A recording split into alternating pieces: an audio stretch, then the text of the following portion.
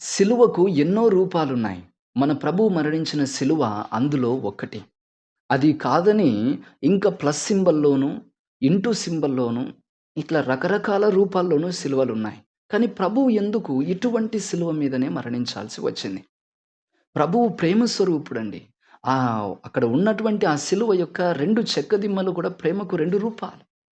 ఆ నిలువు దిమ్మె పరలోకమును, భూలోకాన్ని కలిపేదిగా దైవ ప్రేమను సూచిస్తే, అడ్డదిమ్మె మన తోడి సోదరులతో ఉండాల్సినటువంటి సోదర ప్రేమను సూచిస్తుంది.